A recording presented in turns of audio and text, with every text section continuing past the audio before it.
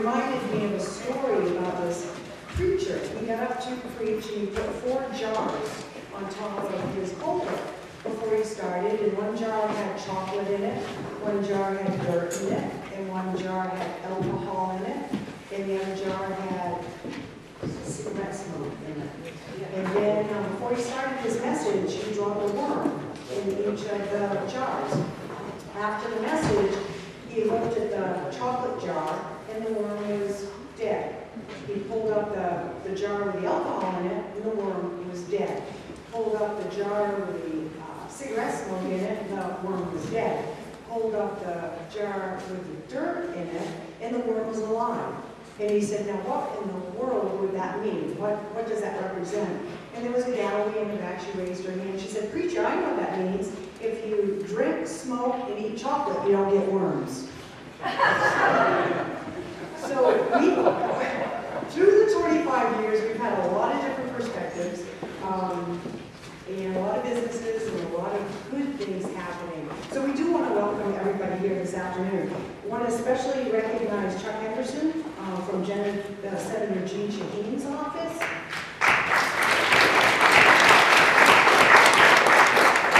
We also want to recognize, I don't know if she's here yet, but I know she's planning on being here, State Rep Erin Hennessy. And I don't know, is Brad Bailey here, our State Rep? Brad Bailey? I'm not sure if he's going to be here or not, but so we want to welcome you. Just to take care of a couple of housekeeping items before we dive into the program. The bathrooms, for those of you who have not been here, the bathrooms are through these doors here and down the hall.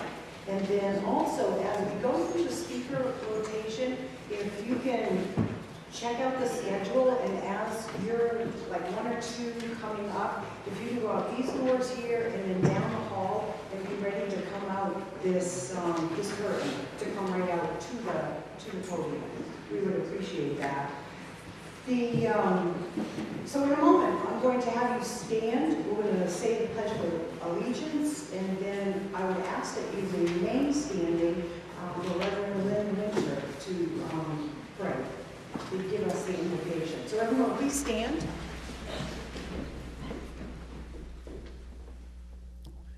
I pledge allegiance to the flag of the United States of America and to the republic for which it stands, one nation, under God, indivisible, with liberty and justice for all.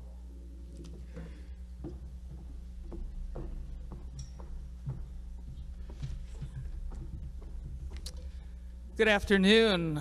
Telling a preacher joke before the preacher gets up.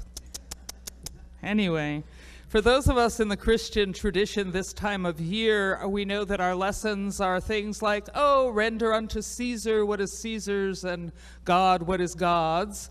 And the two are not mutually exclusive for sure, because we have another lesson, which is that servants entrusted with varying amounts by a master are pronounced good and faithful when they use those gifts to produce more. That, for me, is a little bit of what economic development is like, right? So, putting those resources to work is what you have been doing and what we continue to do these years. And as we celebrate 25 years today of good work, let alone the years that came before and the years that are yet to come, it is a privilege for me to offer the invocation of thanksgiving and blessing today. Join me, no matter what your background, in an attitude of prayer. O God, this afternoon and always, we give thanks for the efforts of all those gathered here and beyond. We do see the fruit of shared efforts, and we share in mutual support as we face challenges, grateful for each and every individual and company. In acknowledging how we have moved forward, O God, we ask a blessing upon any challenge yet to come, and upon each one whose contributions will make our community stronger, our material world better, and will continue to buoy each other's spirits as we continue our work, hands and hearts together. And all the people said, amen. Thank you.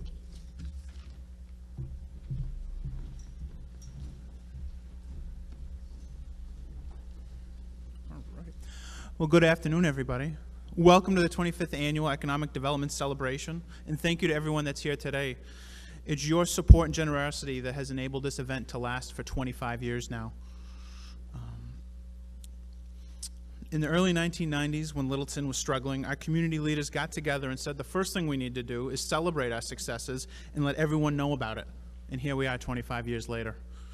We have a fun-filled program today that includes the premiere of a business employee recruiting video put out by LIDC this year, the annual Business Leader of the Year award, and something I'm sure everyone will appreciate, the smallest number of speakers in the history of the event. So thank you and stay tuned.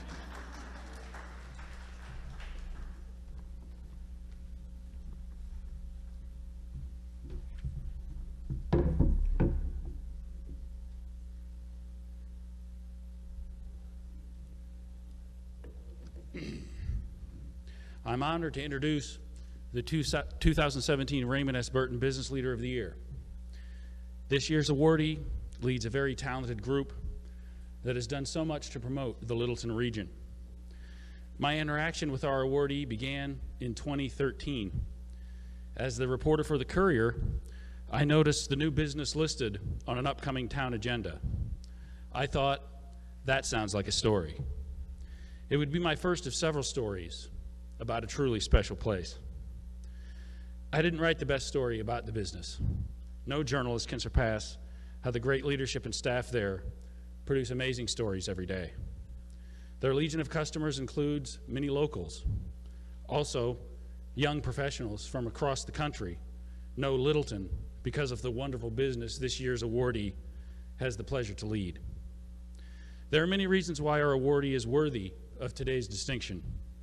Perhaps most of all, he deeply respects his staff, the people who have made the business such an immense success. I've even seen him shoveling snow off the front steps. You figure he could hire someone to do that, but he clearly enjoys working hard alongside those who make the business tick. In addition to leading a terrific Littleton destination, our awardee embraces the North Country and its countless charms.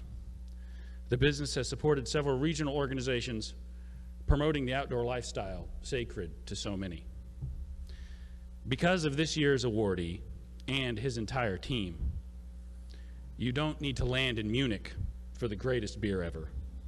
Just visit our Munich on the Ammonoosuc, Schilling Beer Company. Schilling's expansion next door to their iconic gristmill home will increase brewing capacity and provide more river views for customers. The growth of Schilling offers an optimistic vision for the River District and the town we all love. So please welcome the 2017 Raymond S. Burton Business Leader of the Year, Jeff Cousins, CEO, Schilling Beer Company.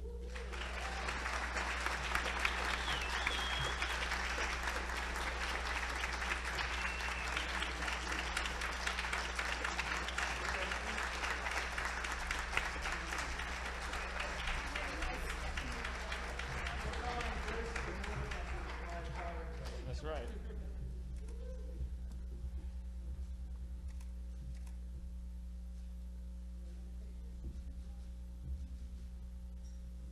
Thank you so much. Thank you, Tom. We appreciate it. Super short and sweet. So, cheers.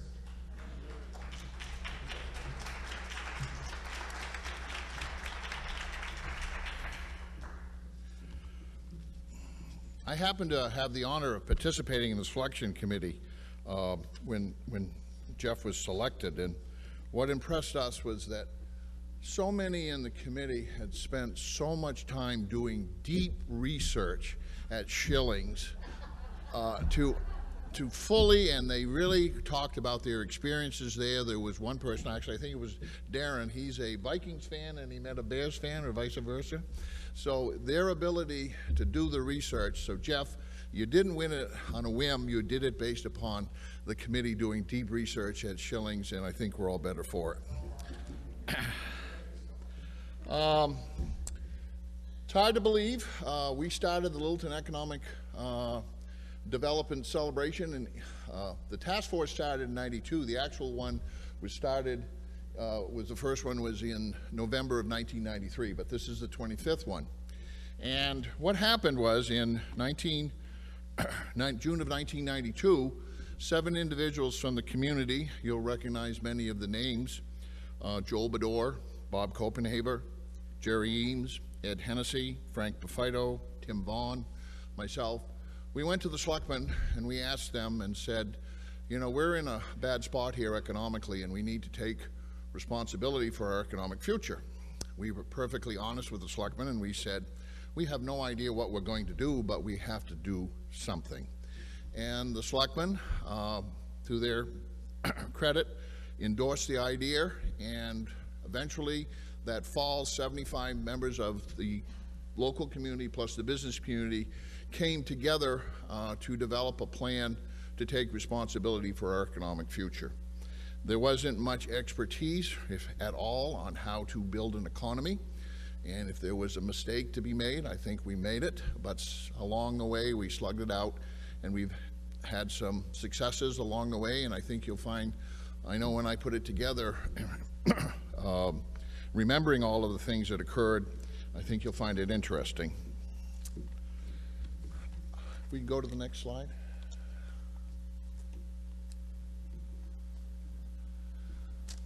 In the 92 Economic Development Task Force developed a series of goals, and actually some of them morphed into, may have had one goal and then they became kind of 2. But one of the first things that we needed to realize was that we needed to re-energize our community economic confidence. Littleton had gone through a tough period. We were in the middle of a tough period. We had 17 vacancies on our Main Street. We were going into our 4th year of a recession.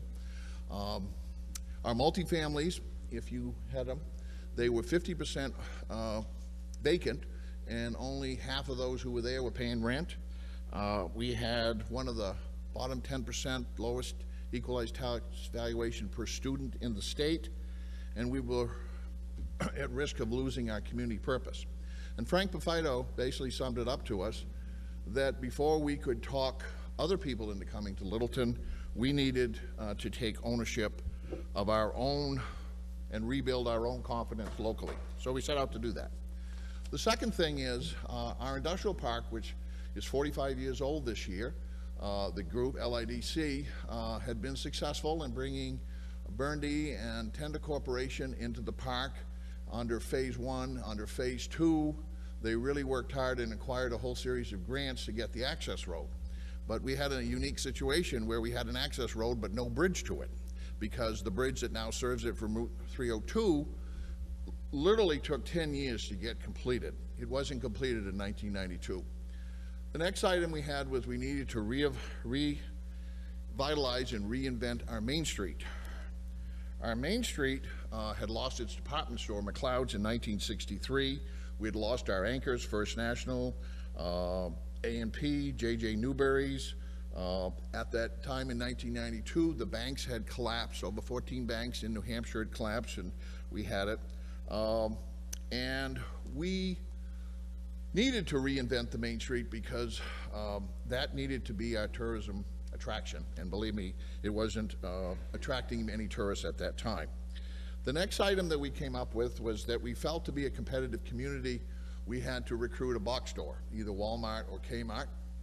We also had to stabilize and recruit community banking resources. At that time, Littleton had 3 banks. Fleet, which made it pretty clear they wanted to leave the North Country, and they did. New Dartmouth Bank, which had been put together with the assets of Dartmouth Bank to be sold, which it eventually was sold. And then People's Bank of Littleton, which was on the watch list. Access to capital was very, very minimal. The next thing we had was to monetize the I-93X access. We've had the interstate for a bypass around Littleton since around 1959. The problem is we had the bypass before we had the reason for the bypass. So we had to come up with a way to use the I-93 corridor to get people to come to Littleton. We had a stagnant, we need to expand our stagnant tax base. Tim Vaughn and I, who went to the meeting, both had been on the school board, and we couldn't, the town, community couldn't afford the schools we had, no doubt the schools we needed. We were in around 220, 230, 240 for tax base, which was very low for the state. We needed to diversify our economy and rebuild the infrastructure in the community. We didn't have, like Lebanon, Hanover, we don't have Dartmouth College, we don't have Dartmouth Hitchcock. We needed to have a diversified economy to move ahead. We had no idea how we were going to do it, but we knew what we needed to do, and our infrastructure needed to be upgraded. We had always prided ourselves on being the small business capital of New Hampshire, and it was a great marketing tool, but I'm not sure we lived up to it. However, we knew that we had to create a positive environment. One of the problems we were facing was during the 80s, there had been a debate within the town where there was a belief that we could regulate ourselves into prosperity, and the regulations, while they were supposed to be for the bigger stores, they ended up having a disproportionate impact on small business, which created the attitude of why would any small business in their right mind come to Littleton, which is not the attitude you want to have. Okay, you have the next slide. Only in Littleton would you have the 25th Economic Development Celebration celebrating 25 years of yearly celebrations. But and the reason we did this was that when you're doing economic development, it's so important to communicate with your community. You need to talk about where you've been, where you are, and where you're going, because it is their town, it is our town, and there's lots of voices that need to be heard. And so we have, for 25 years, reported back to the community just before Thanksgiving, because as everyone knows, Thanksgiving you can only have so much turkey and football, and so this gives us an opportunity.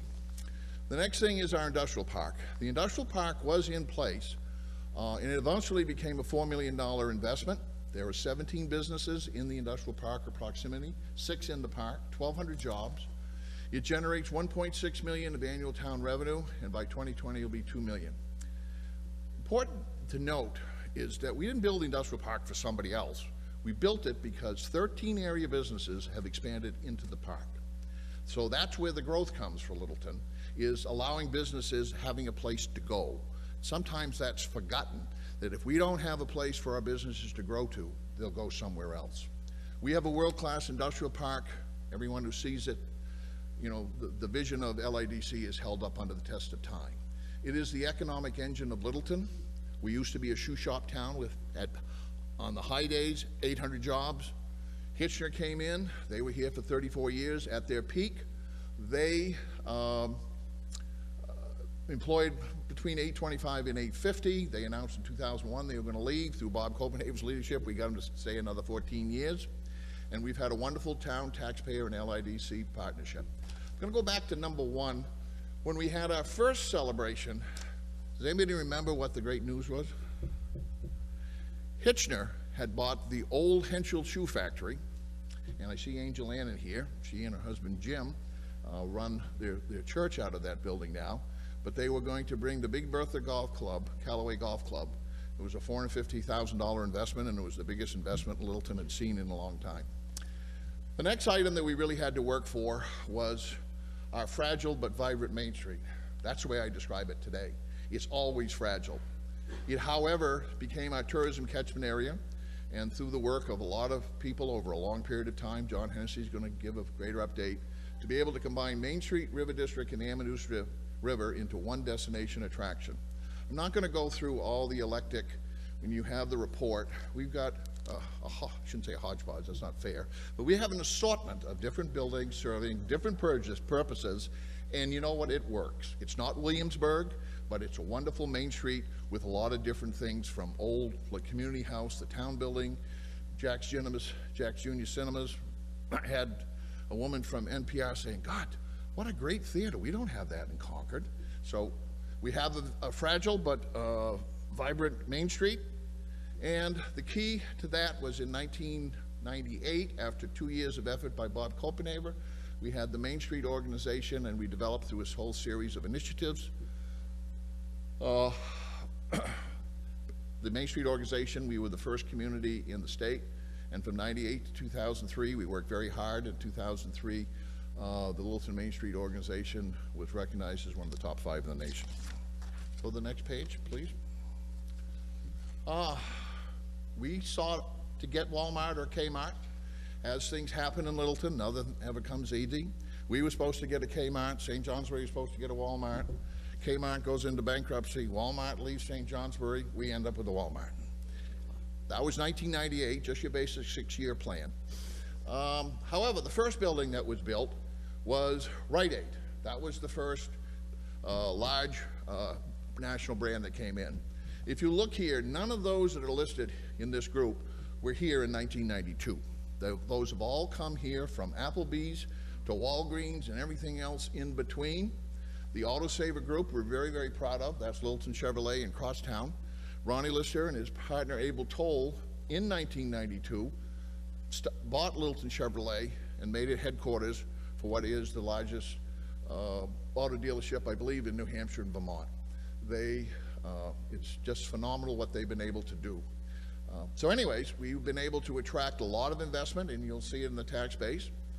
The next thing that we were able to work on was to recruit banks.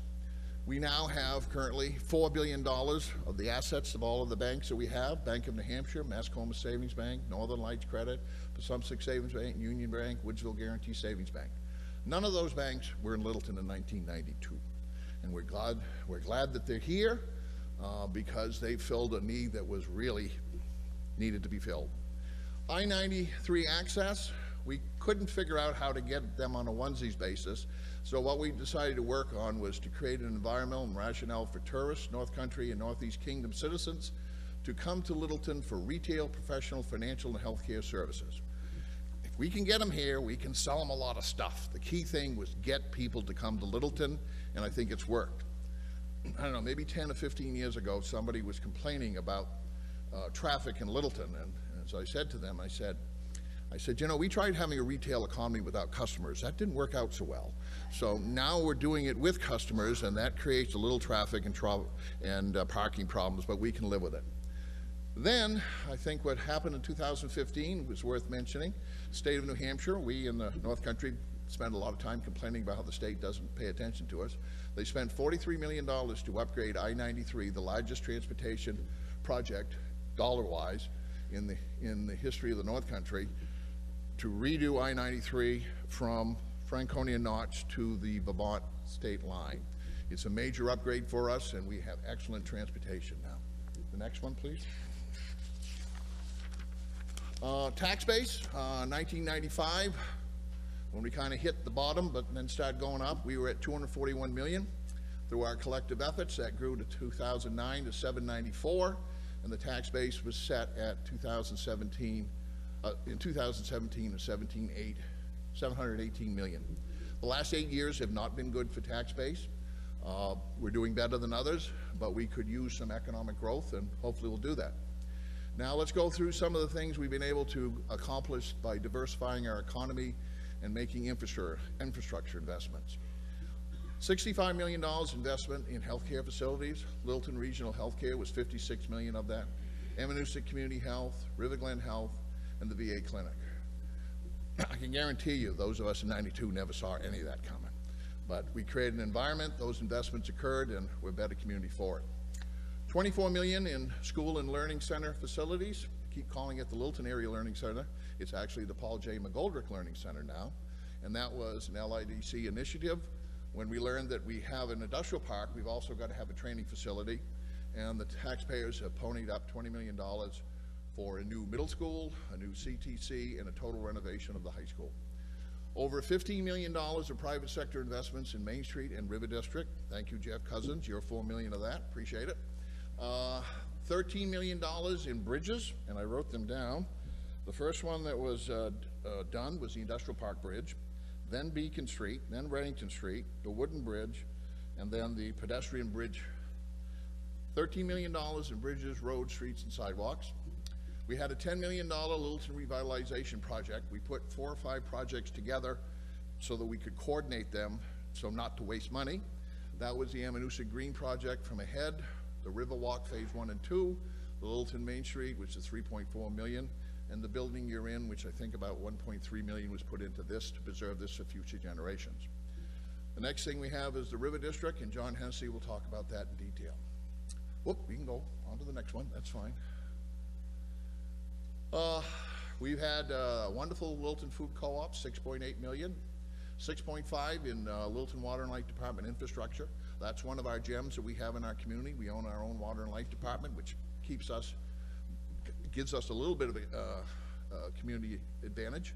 Over $6 million have been invested in the Armory, Post Office, and Social Security building. These next two, 5.4 million into the Mount Eustace Common. When the new hospital built, we had a major problem. What do you do with the old one? The head stepped up, and they put 5.4 million into the Mount Eustace Commons. The next item is $5 million Adelphia cable system upgrade, and then 4.8 million in North Country broadband, or what's called the Link project. That's almost $10 million that went into providing access for us to be part of the internet world. Adelphia, it's kind of an interesting story. Littleton was the last project, the Littleton area, that Adelphia did before they went bankrupt. And word was, it was not a big secret that they were in financial trouble. LIDC stepped up, and they were able to identify a piece of property so that they could get their satellites in, got it through the planning board process with a lot of cooperation from a lot of people, and $5 million went into it. Why did we need that? Well, at the time, we had the oldest cable network in New Hampshire. It was a state-of-the-art 1968 system and worked accordingly. That was in 2001. In December of 2005, Senator Gregg came here, as he usually did in December. We met at the diner, and we discussed with him that our area could not be competitive unless our broadband capacity was made marketable, that no business would come here for less broadband from where they were leaving. And Greg nodded his head, and we were able to, they spent, through the leadership of NCIC and LIDC, 4.8 million. And this was a North Country project. It wasn't just Littleton. It started here, but it to serve the North Country. And Kevin Lowe from SNS was, I described him at another meeting as the missing link, and that was not pejorative. He was the last piece that we needed to really make it work. He did a great job. But we come to the $4 million industrial park. Nothing that we've seen of that would have occurred without the industrial park. That was our economic engine, and anybody who tells you that it isn't, full of prunes. All right, now, small business. Why is small business so important?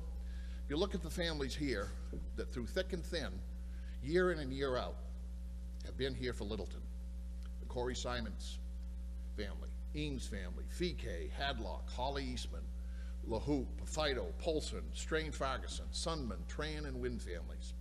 They represent a dedicated long-term small business culture that defines Littleton and its entrepreneurship. Why is that important? That's important because without that, we would not be the community we are. We didn't do all this work to make a better community for Dunkin' Donuts. We made it for a better community for ourselves. Now, and the last thing, which is not listed here, but just to indicate the community that you're living with and how our priorities are. This past year, the 27 Littleton High students, it's a small class, received 128 scholarships, totaling $387,000, and there's an $8 million that is an endowment for scholarships for the future. By 2020, there's a good chance our kids could be receiving close to $500,000 in scholarships. Now, why should we, is that just a one-way street with our kids? Nope. In 2001, the Littleton School Board created the student service, of where students were required to have 50 hours of community service to graduate. 17 years later, our kids have done 125,000 hours of community service. So in return for their investment in our community are investing in them and many students to come. Thank you.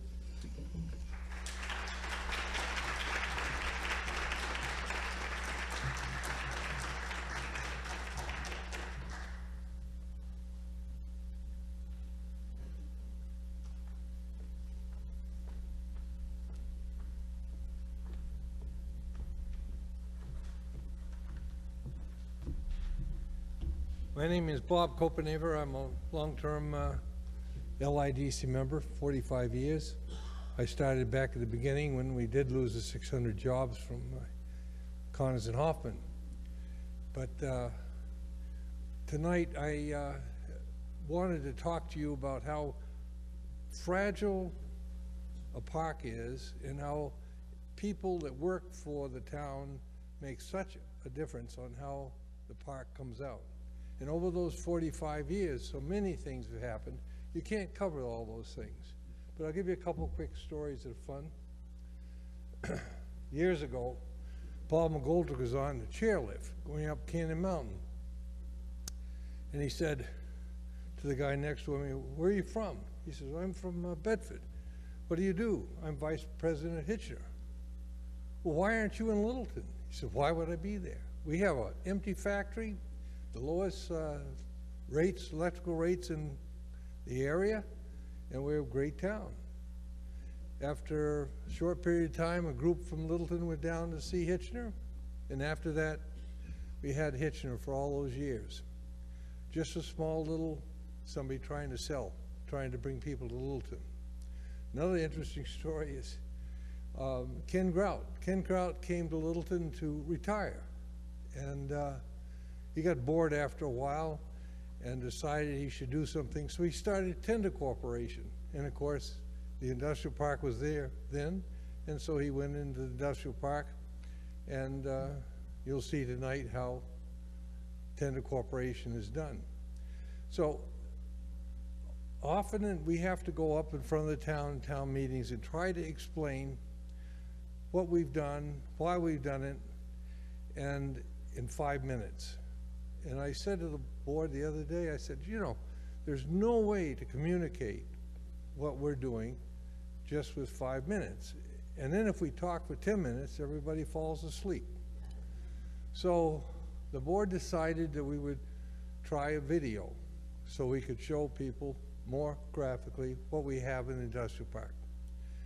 My first worry when we approved to try the video was having to go to the presidents of the industrial park companies and ask them. I was afraid maybe they'd say, "Oh, no, don't bring that in here. We don't want to show it. No, we're too busy." Or the corporate headquarters won't let you come in. Well, I was very, very happy to find out there was zero resistance, and we were opened up in the most warm way by everybody in the industrial park that we had time to go see. So tonight, we're going to show you a little video that we think helps explain what the industrial park is and how important the industrial park is. The industrial park is a very serious business. It has invested millions of dollars from townspeople, from state and local agencies, and it's an important source of income for many families. So I hope tonight you'll pay close attention to the video, and I hope it will help you support the industrial park in the future, because without your support as town people, we have nothing. Thanks.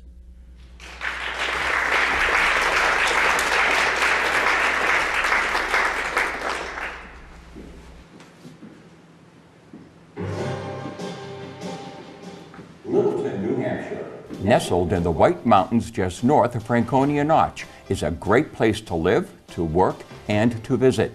Littleton offers a quality of life unlike any other, the safety and charm of a small town with all the amenities and conveniences anyone needs. For those who were born here, for those who recently arrived, and for those who come to visit, there is no doubt that all are glad to be in Littleton. Settled in 1770 on the banks of the Ammonoosuc River, Littleton has long served as a center for commerce in New Hampshire's White Mountains region. When a dam was erected on the river in the 1790s, a sawmill and grist mill were built and stores opened nearby. Other Littleton manufacturers were turning out such diverse products as whiskey, potash, scythes, flannels, watches, furniture, carriages, and sleighs. That was the beginning of Littleton's industry and distinctive Main Street. For many years, Littleton's economy was dependent on the shoe factories that lined the Ammonoosuc River.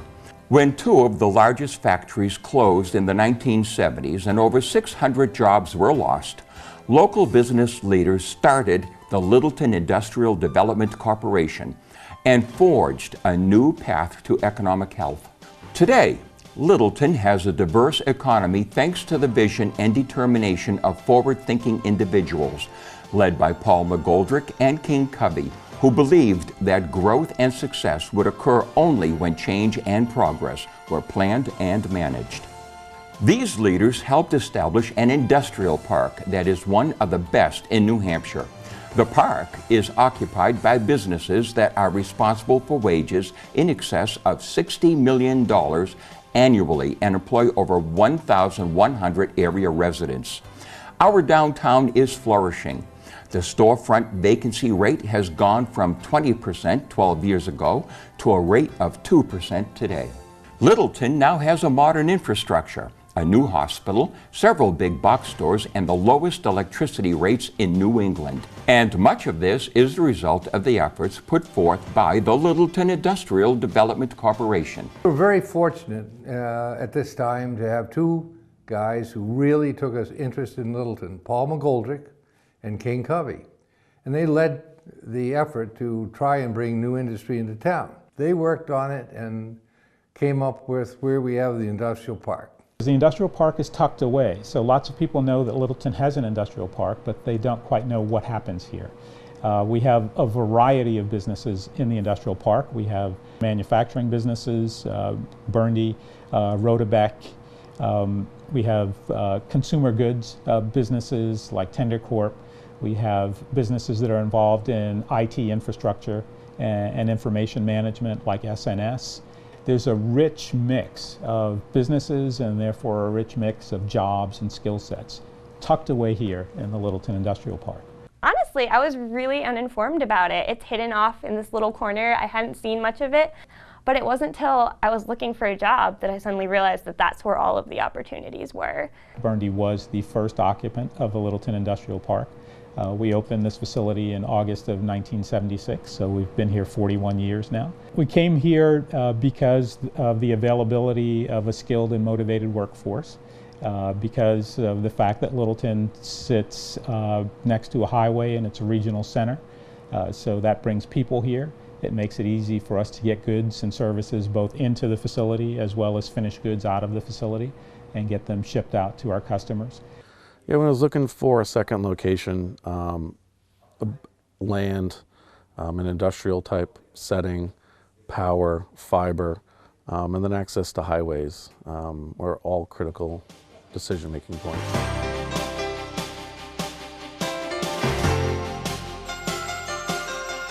What Paul started when he was just replacing shoe workers to what the industrial park is today is extraordinary.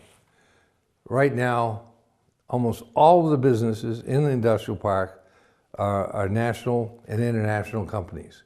So one of the neat things about this office here in Littleton is that we're providing IT support for businesses all over the country, all over the globe, right here in this office. The companies that are seeking out these particular systems are mostly large corporations such as Bloomberg, Amazon, Bank of America. Rodebeck is the leader in the world.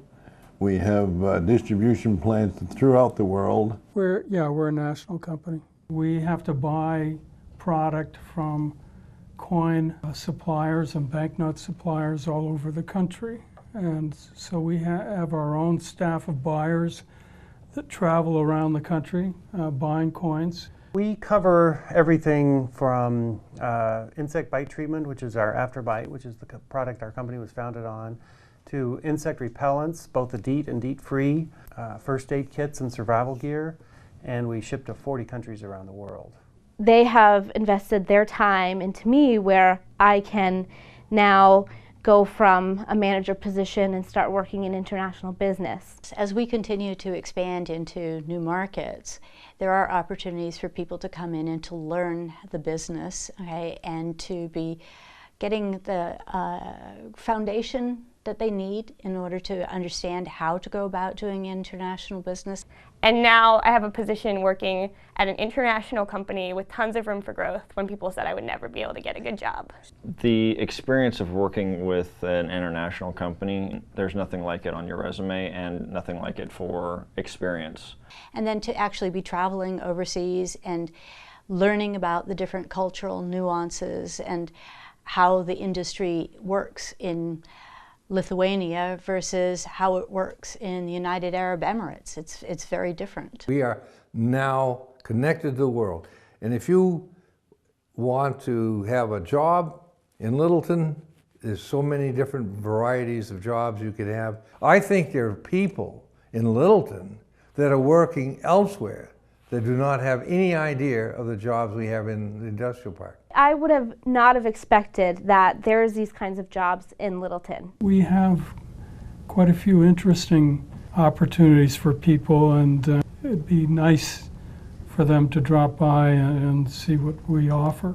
And I think it would be good for young people to be exposed more to what's going on in the park, what kinds of opportunities are here. I'm very lucky that I was able to find Tender Corporation here in a small town like Littleton. Well, I loved where I work, and I work and play in the North Country, and it works out really well. A lot of times people find they enjoy the area and they make a commitment to come up here, sometimes to get out of the city and the hassles, and they bring fantastic skills and then are amazed to find that there's a company up here that's needing those skills. They're like, wow, I didn't have to settle for a position that doesn't meet my skill set to enjoy the lifestyle that I have. So we were coming up here on the weekends from the city, and we really liked the area and wanted to find a place to be able to work and live up here. And I was able to identify, working with the Chamber of Commerce, 3 companies in the area that really looked interesting to me. And my first choice actually was Tender. We've got the full range of jobs. We have copywriters that do all the copy for the catalogs and for our advertising. We have designers that do all the design for both of those, photographers. We have analysts that, it's a very numbers, we analyze everything we do, like the number of sales per page in a catalog, so we have a lot of people analyzing it to add or remove product. We have coin buyers and coin graders, and then obviously inventory control, customer service, phone operators, and obviously the shipping and receiving that goes with a lot of mailing of packages. We are looking for production supervisors, we're looking for plant accountant, we're looking for machine operators, we're looking for people with CNC, or what we would call computer numerically controlled skills, people who can run lathes and milling machines, a wide variety of folks. Yeah, we're looking for tech people kind of from what I'd consider the minor leagues up all the way up to all-stars. So entry-level help desk positions, anyone who really just has appreciation and love for technology, good work skills, good work ethic, dependable. In this plant we have assemblers, we have laborers, welders, CNC operators, hydraulic technicians. I'm looking for the person that can turn a wrench and has pride in their work. We require artisans, but people that also have a good knowledge of computers and are interested in design and AutoCAD work. We're also looking for people that may have some background or an interest towards working with machinery and fabricating products. Well, we're currently looking for around 15 to 20 people for both production, and there's some in internet marketing to support our e-commerce sales and analysis.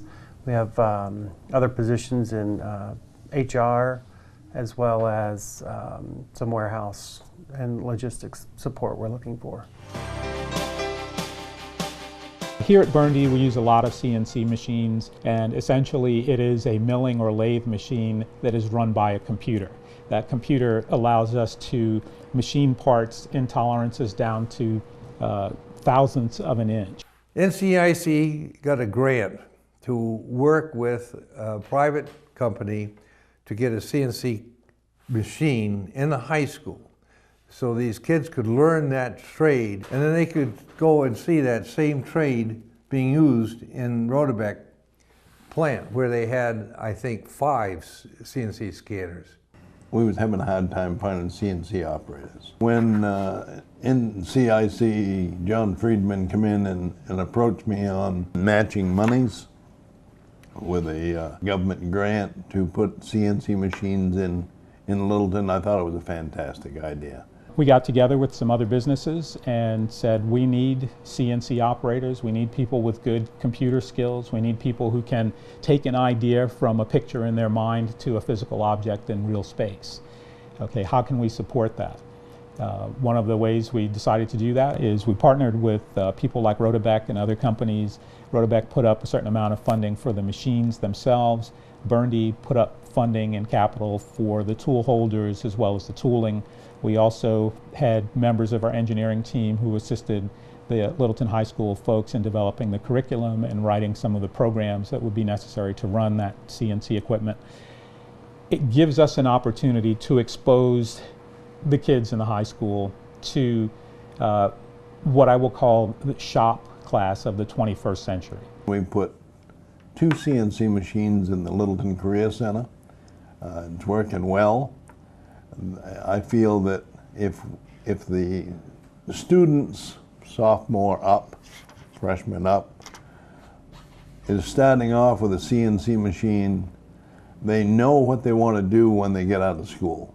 I was approached by members of our industrial park and manufacturers, and they were identifying an issue that they had with an aging workforce that in the foreseen future they would need certainly some new employees. So we talked about possibly creating a career and technical program around manufacturing. And the manufacturing field, once you get through those doors and start talking to people and viewing the many jobs that are available, you see that there's so many opportunities at a variety of levels. We have the opportunity now to excite some kids, to get them interested, to get them thinking about things that they maybe didn't think about before. What we want to do is try to open up their vision with regard to what kinds of things they see, what kinds of things they think they can be, what kinds of things they think they can do. And that starts by investing in the local high school. When the grant was written, a very big partner in this was the White Mountain Community College, which is our local community college here. It wasn't really decided where the machines were going to go. So it went back and forth, and the members of industry said they wanted it here because they wanted students at a young age to be exposed to see this equipment, to be kind of excited about this new equipment.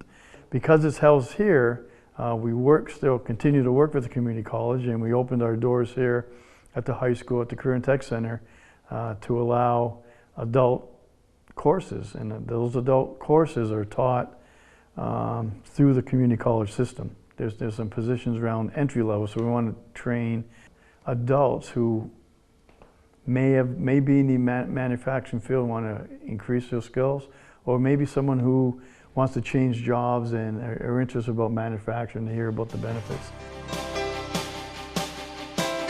The Littleton Industrial Park provides more than just jobs, but also opportunity and growth to Littleton.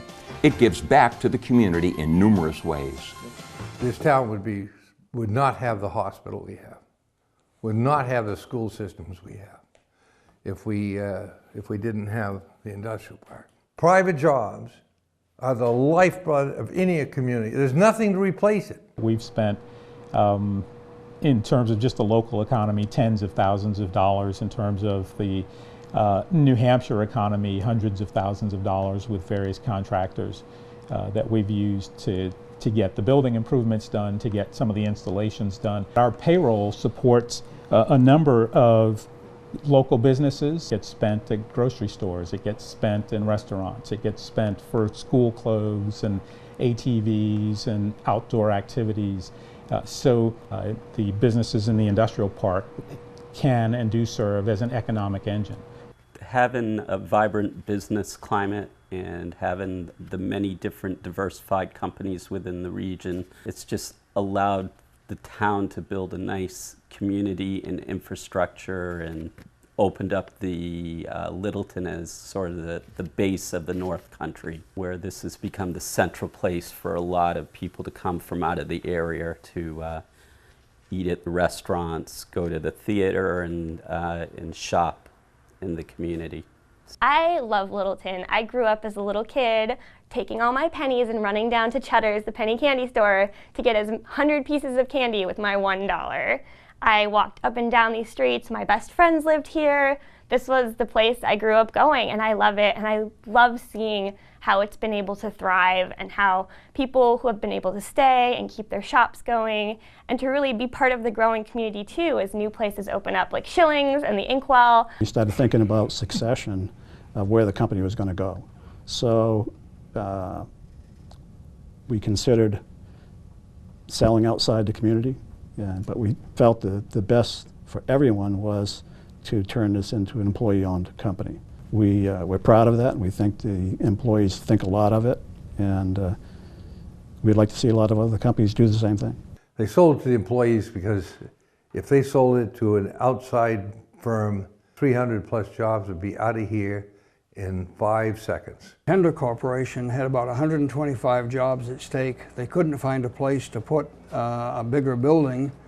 They needed to grow, and so I was approached to see if they could use my property, which was the only piece in town left that was zoned properly for what they needed to do. The industrial park and Tender and Val Polson got together and figured out a plan for us to move his building just slightly down the road to then free up the spot to build our facility. The best interest of the town was to keep Tender Corporation here. They're a good employer, and we really needed them to stay here. In terms of our community involvement, we really do that for a couple of different reasons. One, we live here. It's the right thing for us to do. You know, we are a citizen here. We are a resident here in this community. And communities don't survive if people just take from them. You know, they have to contribute to them. Not only do we do it corporately, many of our employees are active in a variety of groups and organizations around the town and the community, you know, to continue to give back and, you know, help the area out. So Tender organizes a run to raise money for local charities in our area, to raise awareness about these charities. And so this year we supported the Ammonoosuc Trout Unlimited, and we supported the local Boy Scout troop, and we raised money to help these people and to draw attention to other charities as well, who got to come, set up booths, and really interact with the community, because it's all about building the community of Littleton and connecting people with the local charities in the area and with Tender Corporation so they can learn more what it's about. One of the things that we did earlier this year was we made a donation to Lakeway Elementary School. We put up $2,000 as kind of a kickoff donation for them to purchase STEM kits, science, technology, engineering, and math kits for the kids at the elementary school level. We've also made donations to the Rotary Scholarship Funds. We've done that for several years in a row. We also sponsor a local scholarship at the high school every year to graduating senior who's continuing their education beyond high school. We continue to you know, support the community, or communities, you know, around the area with programs for schools, support for organizations like Boys and Girls Club. We supported the YMCA, you know, when they were here. We helped donate to the pool in Lisbon. I think we originally helped with a pool here in Littleton, and there's a number of groups and organizations, you know, that we support either in-kind donations or financially when appropriate. So we continue to do things to, you know, support the community besides just provide jobs. We do it because it's the right thing to do, and we do it because it's what being a good citizen and a good neighbor requires us to do. The future of Littleton is in the next generation, and the industrial park leads the efforts to keep the next generation rooted in the area. When I was a kid growing up, It always dismayed me to see young people leaving the area because of lack of opportunity. That's really not the case in Littleton, or Littleton and surrounding areas here in the North Country. There are so many great jobs that we know of, that we try and expose them to, that they hopefully can realize that they can remain here. When I was a senior at Liberty University, people started asking me where I wanted to go, and I said I wanted to go home to New Hampshire. This is the place I love. This is the place with 4 seasons. I love having fall, winter, spring. This is where my family is. This is where I grew up. And people were like, are you going to be able to get a job there? I thought you lived in this tiny, remote, nowhere's land area. You know, many of our students may go off to college, but we want them to return. If we're not here, they don't have a choice.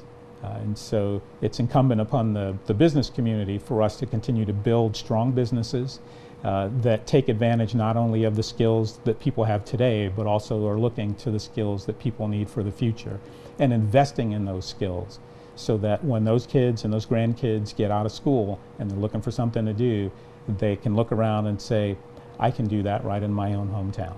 As a millennial, I know a lot of my friends worry that they're just going to have to leave home, or they think they need to leave home, and they don't even consider the opportunities that are here for growth, and they go someplace really competitive like New York City or like Boston, and they throw themselves into the mix trying to get this really great job, but the competition in those cities is incredibly thick, and no matter how qualified you are, there's always someone more qualified. Tender Corporation gave me a high quality job with responsibilities that I could have gotten at a huge corporation, but I got them here in the place I love, and I have all those opportunities which I might never have had competing against all the people down in Boston. So here in Littleton, there are jobs where you can have high quality work as a millennial and learn the skills you need to progress in your career. If you're good with your hands and really have good work ethics, we can train the individual to put our product together, and we have pride in our product. So it's a good working relationship with the community, I feel. Provide good local jobs with healthcare benefits as well. We think that helps us to be an employer of choice here. We have very low turnover. We have people who do leave. Most people who leave try to come back. I'm able to stay in the area, stay in Littleton, and raise my family. I have my family close by, so it's been a great experience. I was afraid that I wouldn't be able to find a job here, and I was looking in New York City, where my aunt lives, trying to find jobs there, just because I may not want to live in the city. I'm not a city girl, but that's where a lot of jobs are, and I was like, if I can't find a job at home, at least I gotta look somewhere else where there's gonna be jobs that are competitive.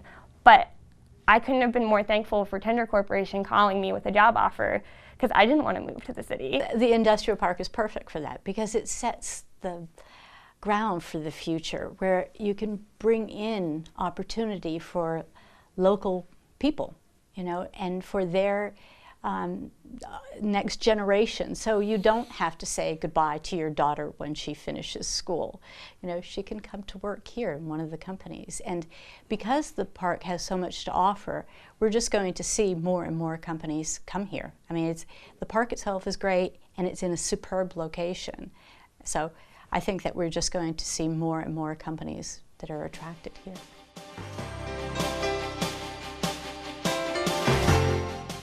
If I could say anything to people about the industrial park here in Littleton, one, I would say it's been a good deal for Burndy, and we believe also for Littleton. We've been here 41 years, and that is because we have chosen to be here. After 41 years, you always have options about going someplace else or doing something different. And every time we've hit one of those choice points, we have looked at the situation and said, this is where we want to be. Now, why have we made that choice? We made that choice for several reasons. One, because we think it's a good place for us to be. We've got good roads, we've got good access to a well-maintained interstate, which allows us to get goods and services in and products out very smoothly to our customers. Two, being located here in a regional center is good for our employees. They have access to both big box stores and local merchants. You can buy everything here in Littleton, from a car to a piece of jewelry to clothing to candy. We have restaurants, we have high quality merchants selling clothing and wine and fitness equipment, and all of those things are right here in Littleton. So it's a great place for resources. It also, for those of our employees who have an outdoor lifestyle, is an excellent place to be. We are in the gateway to the White Mountains, and you can drive 15 minutes in any direction and be someplace where you can start a hike, or you can go hunting, or you can go fishing, or you can go snowmobiling. So in terms of what it offers our employees when they're not here at work, we think it's a great choice for us as well. The centerpiece of Littleton's historic downtown is an ambassador of cheer and community spirit for residents and visitors alike. A welcome wave, arms flung wide, Pollyanna. Pollyanna's story is one of optimism, about looking on the bright side, about hope, and about the future. So too is the story of the Littleton Industrial Park. I would not really want to live in a retirement town. If you take out the industrial park, what you have said to Littleton, we're no longer going to be an employment community. We are going to become a retirement community where we can take care of the retirees, give them nice little restaurants, give them walkways, but we won't have the regional hospital, we won't have the school system we have. I don't want to live in a town like that myself personally. I'm here, I like this, but I want to live in a town that is vibrant.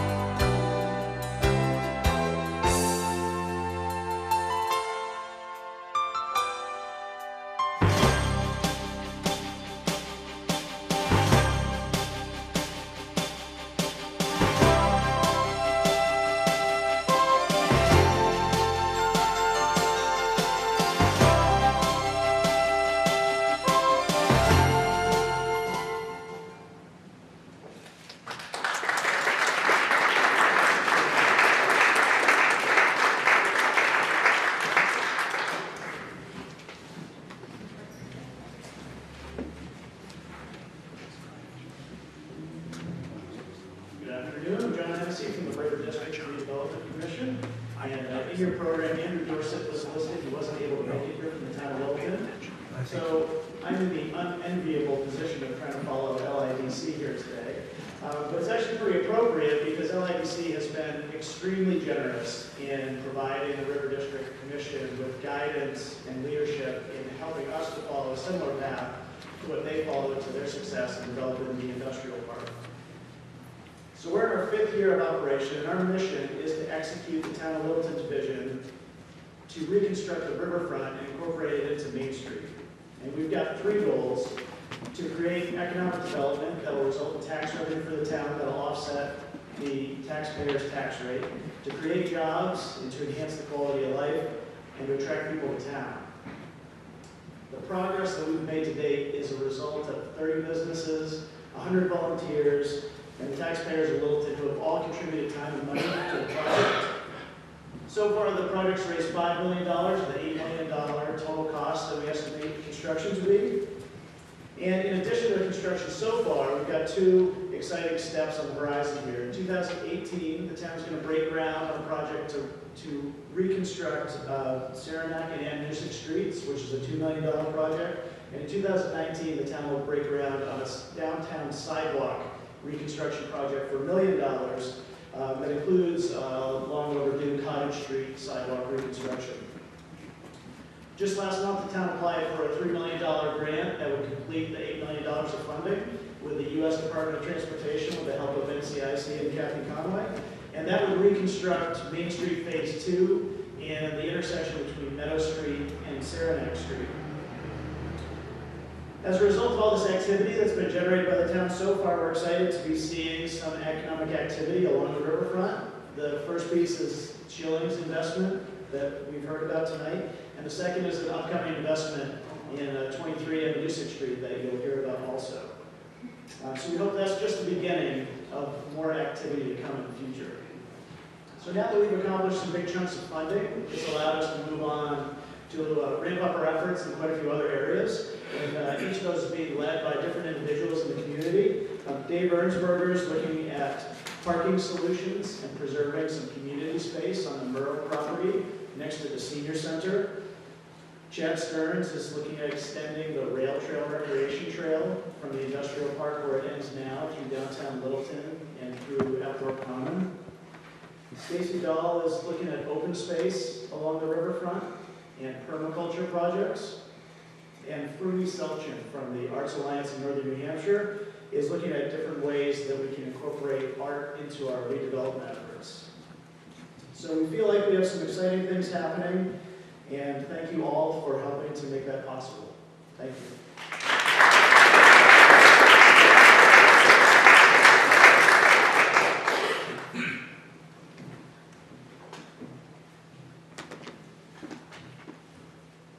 Hi, my name is Dave Harkless. I'm a local bike shop in town here. And you're going to look at form here and say, what the heck is a pump track? And what does it have to do with economic development? Well, a pump track is what that little guy is on right over there. You know, part of the Parker Mountain, along with a few other things in town. And we looked at an opportunity to increase our trails, make them more amenable to beginners. And having a pump track, which is a small dirt track with rollers and berms on it, teaches kids and adults the skills to ride other trails. We had a couple things that we're working on this year. The pump track was one of them, and the other one was a parking issue that we're having to get access to the Parker trails. It was all about collaboration. We didn't have any money, so we had to collaborate. And ask favors. And by doing that, we have about a 10-spot parking spot up at the end of School Street with a huge thanks to Littleton Water and Light, Dodge Contracting, Horizons Engineering, and a bunch of volunteers. And then we built this pump track with a bunch of material that's sitting up there from another project in town on the town property. So that was a collaboration with the town and Littleton Water and Light and a whole bunch of volunteers with some equipment. And for really not a whole lot of money, we got two wonderful things done. Our trail systems, people might not notice, but they're on the internet. They're on different apps. They're on maps, on phones and stuff. And in town here, we have 23 miles of mountain bike trails that we can ride on. I have people coming into my shop all the time asking for local knowledge. And those same people that are coming in, they might spend a couple bucks with me, but they're going to go up and ride the trail. They're going to go down and drink a beer, eat a sub, maybe stay overnight. That's all provided benefit for our town. Gathering of the Jack-o'-lanterns, 7th year now. What started off as just a fun little Facebook event has grown every single year. Huge collaboration this year. Brought everybody involved, Boys and Girls Club, volunteer fire department, police department, Chamber of Commerce was huge getting it going. And this event has gradually grown to be one of the largest single day events that we have during the year, and also brings people into town. And then the last thing is Mount Eustis.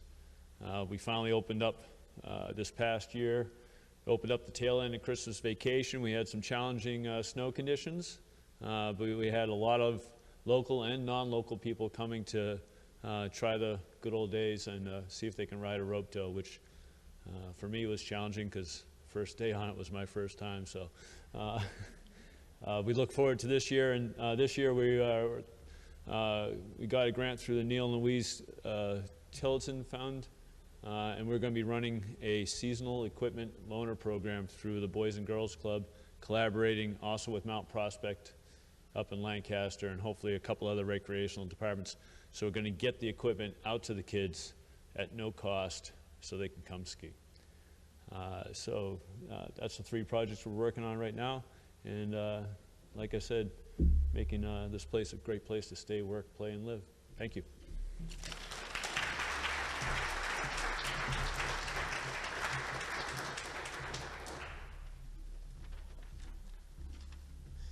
In 1884, Littleton was all abuzz about a new Queen Anne-style building that was being built just 100 feet off Main Street. For 35 years, the Eastman House was occupied by families, but in 1919, there was a plan to convert the Eastman House to a community center. In 1920, during town meeting, there were 2 articles on the warrant that passed for the community center. One allowing the town, everyone in the town, to be part of the ownership of the community center and to have a board to operate it that would make sure that it functioned as a community center. The other one was to fund the operating budget so that the community center would always be an open house to serve the needs of the citizens of Littleton, whether they be public, private, or civic. As Littleton Community Center prepares to celebrate its 100th year of service, the board is striving to renovate all the buildings so they are in as good a shape as they were in 1920 when the Littleton Community Center was formed. This year we have started the book club, have had many concerts, have had the site for in Littleton for the Arts Council of New Hampshire as they had their conference and had several meetings there. We also had a bazaar for Pollyanna Day. We've started a Alzheimer's support group and also an event with the Historical Museum as we establish a collaborative between the Historical Museum, the Opera House, and the Community Center.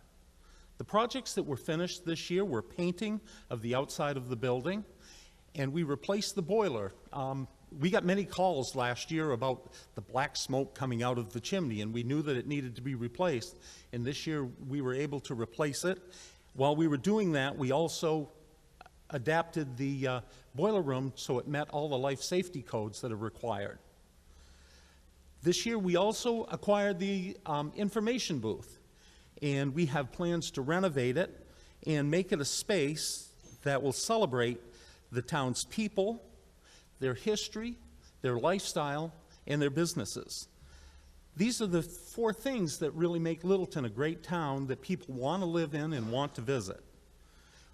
We thank you very much for your support in the last 100 years, and we look forward to your continuing support over the next 100. Thank you very much.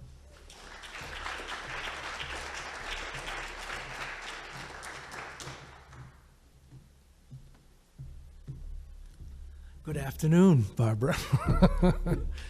My name is Bino Lamontagne, and I work for you all at the newly formed Department of Business and Economic Affairs.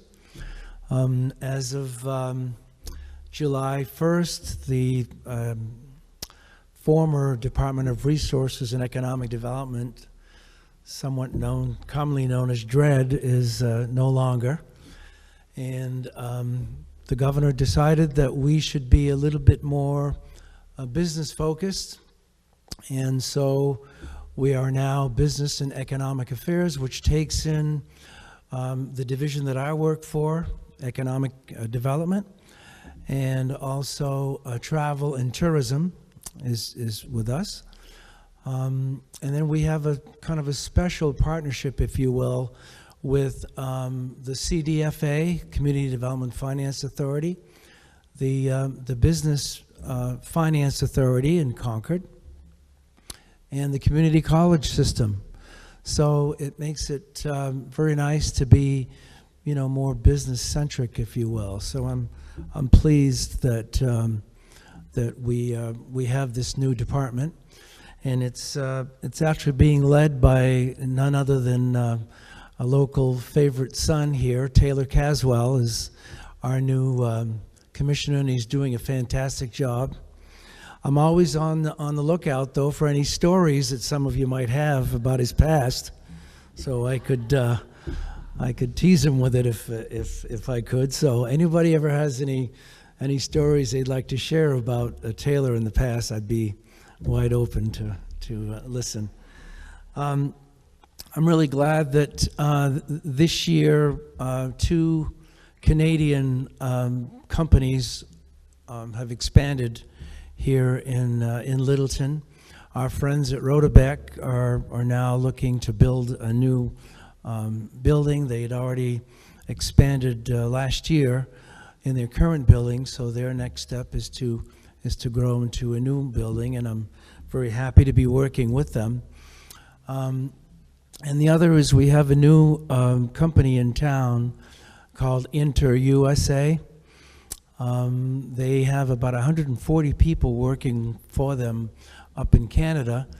They're going to start off with a half a dozen to 8 people here, and then grow from there. Hopefully, their goal is to match what they've done up in Canada here in Littleton. So I'm really thrilled about that. So lastly, I wanted to say that your executive counselor Joe Kenny could not be here today, but wanted to congratulate you on your 25th anniversary here. This is wonderful. And lastly, I didn't have a vote, but if I would have had a chance to vote, I'd have voted for Schillings as the Business of the Year as well. So congratulations, Jeff. Thank you very much.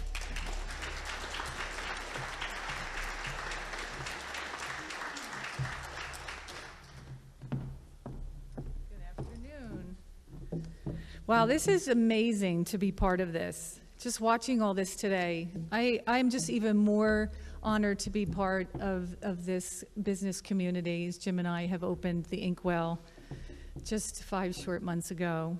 We're partners in this great adventure called entrepreneurship. He couldn't be with me today. He chickened out. No, he's picking up our son from college. So we relocated from the Jersey Shore 16 years ago and have been blessed to raise our 5 children here. We have seen Littleton undergo many changes, as all of you have, not the least of which is the recent renaissance. Littleton is quickly becoming the happening place. I can't tell you how many people have come in this summer and said, I haven't been up to Littleton in 15 or 20 years. Literally, they just live a couple hours away, and they are astounded by how much has changed here. However, we and many others felt Littleton was still missing something, an upscale coffee house and internet cafe. We pined about it for years, hoping someone would open one. Finally, we decided we should stop pining and do something about it. We envisioned a beautiful space to foster community and for visitors to enjoy, a place to gather, connect, relax, create, work, dream, grab an exceptional latte and scone to go. We found the perfect spot in January, right on the river, next to Schillings, congratulations, and began the 8-week build-out, miraculously opening our doors on June 14th. In these short months, our vision is quickly being realized right before our eyes.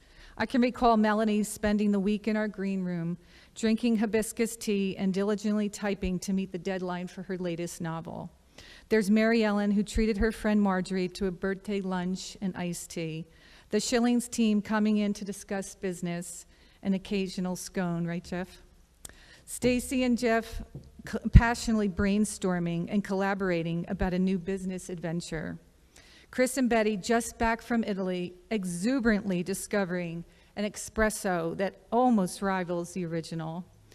Lakeway teachers planning their school year over power bowls and Pilgrim Jack sandwiches.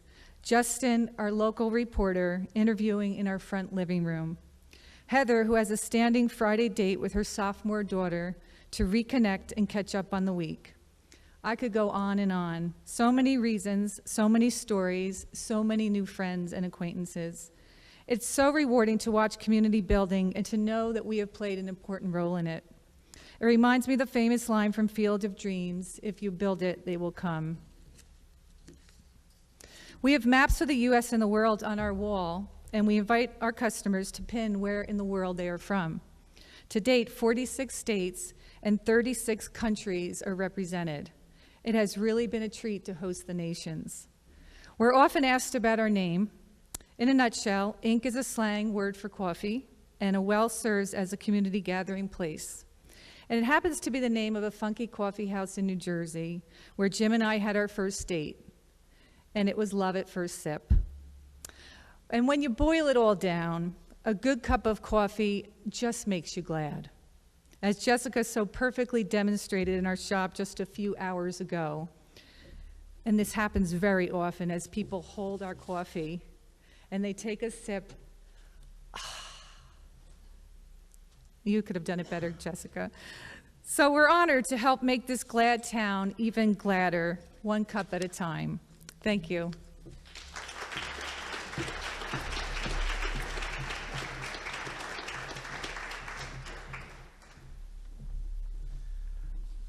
Hi, everyone. I know in your program it says that next is Ben and Jess, but I am neither of them.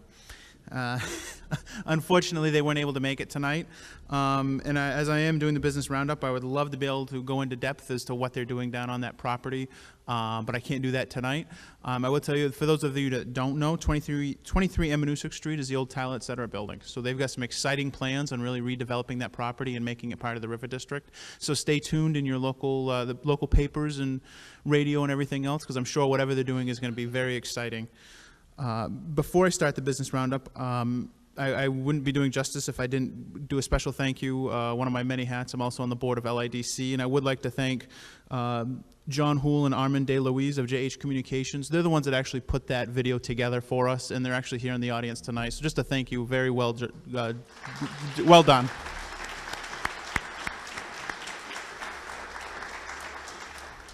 All right, so now looking at the our business roundup, you know, when I look at it, it's one of the funnest things all year to be able to do is kind of drive around and see what's going on, what's been done in town this year, and really come up with a list. And I'm sure my list is not complete, and I apologize in advance to anybody that has done stuff and just isn't able to be here, or that I just plain forgot, and I apologize. So when I was making my list and trying to figure out how do I want to present these, I figured, you know what, it's really occurred in two places: the entrances to town, and then Main Street and downtown itself. So when I look into town, coming right up from down south, on Cottage Street, the Cottage Park upgrades, they've done a fantastic job, really, making that building look fantastic on the outside. They, we've got a pair of accountants on Cottage Street now. Crane and Bell set up a new office in Littleton, and then right across the street, Keeler Accounting bought the old building and really transformed it so that they have a whole building now to themselves. They've moved out of the old hospital unit. Just down the road a little bit is the Riverside Apartments. What used to be the Rockies Video and then was Kelly's Video is really turned into some much needed apartment housing in town. So from what I hear, they're beautiful apartments, and just another great, it's great to not have a vacancy and to really fill up those commercial spaces. Also coming in from the Bethlehem area, Ash Supply on Brook Road has done a huge expansion. I think they've doubled the space of their business, so that's great to see a small business expanding like that. Also in the area of Apthorpe is the Safe Routes to School. Anybody that's gone by recently has seen the tremendous work that went in to rebuilding those sidewalks and making a safer access for our kids. The grant money was also used for Pleasant Street sidewalk, which is one of the worst sidewalks in town. So it's been great to see those upgrades to sidewalks. As you know, Andrew Dorsett couldn't be here tonight, but he did want to mention, we look at the grants that we've got from the TAP, and they're going to be doing another 12 sidewalks, I believe, just throughout town. We voted on it at town meeting a few years ago when we were able to really secure that financing. So a lot of the bad sidewalks are really going to be repaired in the next year or two. Not to mention, new sidewalks that connect, the sidewalk systems together. Really just benefits the community in a whole. They're also looking at sewer, storm drain, and the town has always been very supportive of this infrastructure improvements.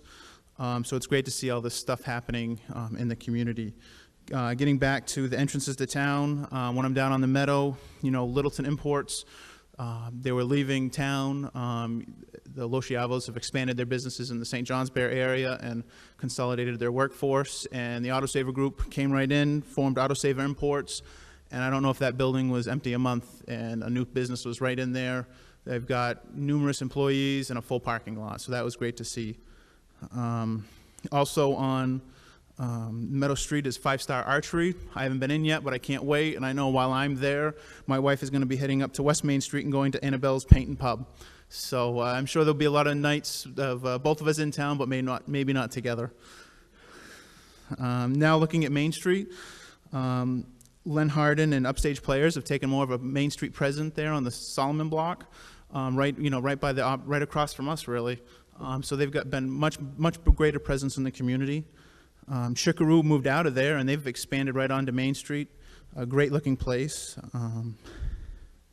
Right next door, Bella Funk. They doubled the size of their store, and they're doing a great. It's another place I'm sure my wife will go, and hopefully we can keep the spending down a little bit. A ways down Main Street.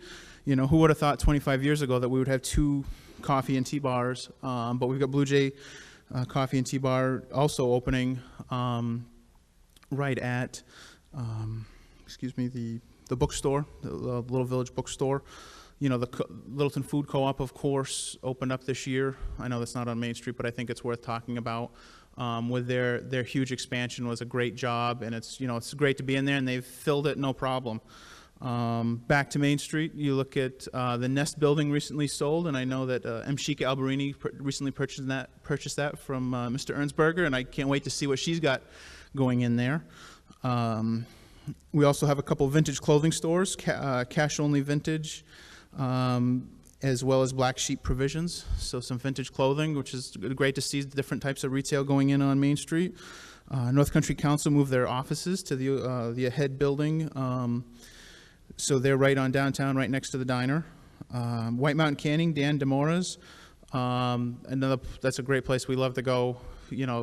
Everything canning that you can think of, they've got in there, and it's just a great time to be in that store. And then lastly, the Thayer's Inn is under new management. Sandra and Gary Plurdy, really staple of the downtown. You can't think of downtown without thinking of Thayer's Inn. So great to see some continued growth and success in the community. And now I'll just hand it off to Andy Smith, who's going to do the real estate roundup.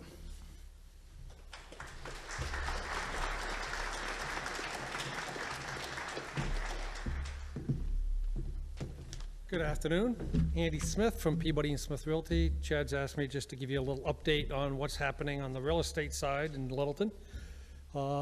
Happy to report for another year that 2017 continues to be a very strong and steady market for Littleton.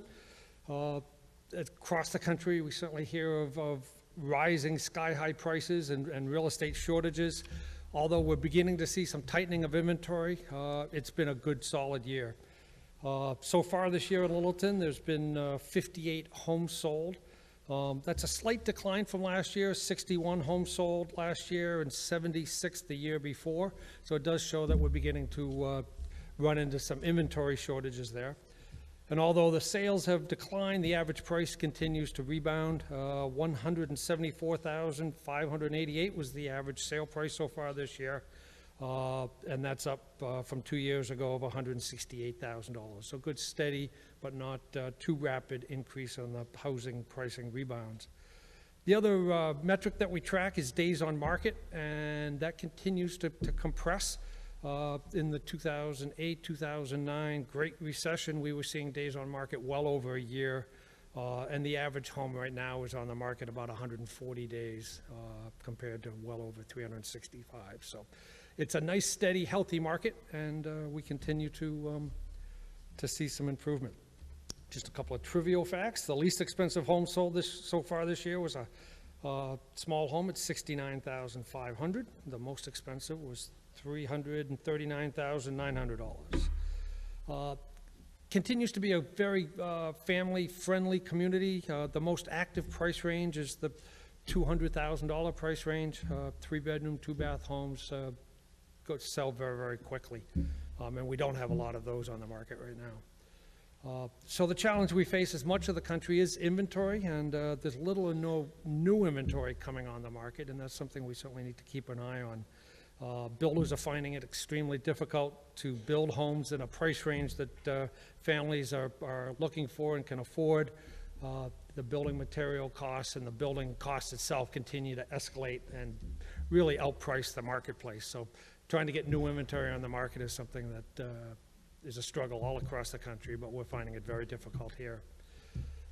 Consequently, one of the sidelines of that is rents have continued to go up.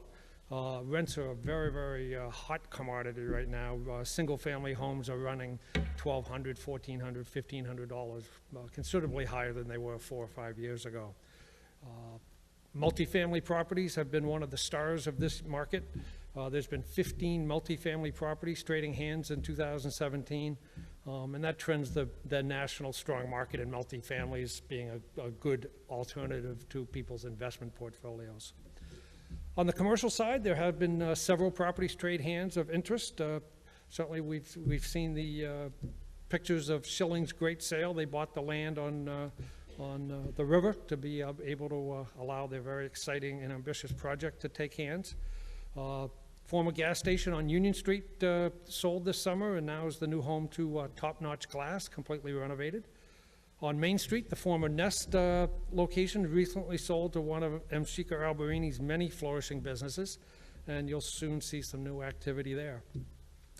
On Meadow Street, a portion of the Varney Smith Sears lot has sold to Cumberland Farms after a couple of years of permitting, and you'll soon see construction there begin for a large gas station, C-store, and food component.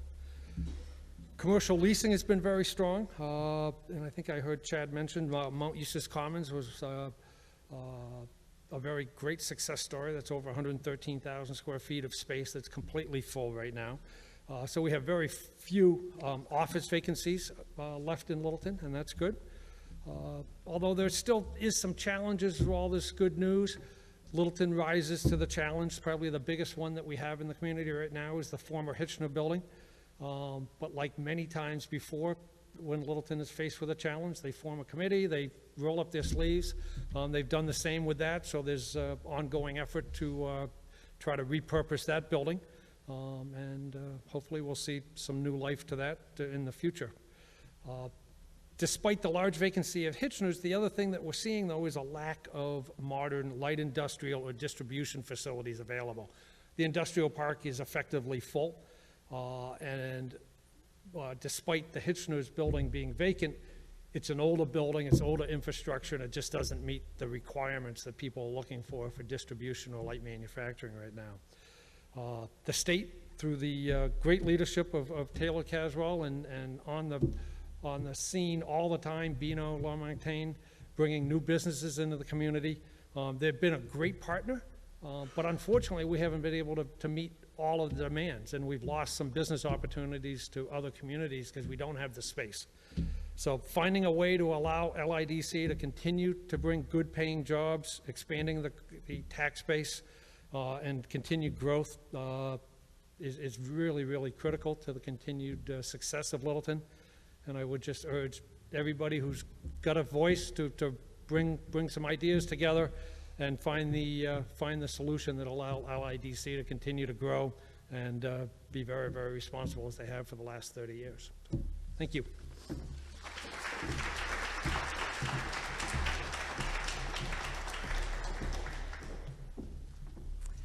Good evening, everyone. This concludes our celebration. I'd like to thank you all for coming this evening to celebrate 25 years of success, 25 years of your success. I hope you will all consider joining us this Friday at 12 o'clock for our holiday parade on Main Street. The theme this year is I'll Be Home for Christmas, honoring men and women in uniform. And I invite you all to enjoy refreshments and catch up with each other, refreshments provided by the Littleton Food Co-op. Thank you all for being here.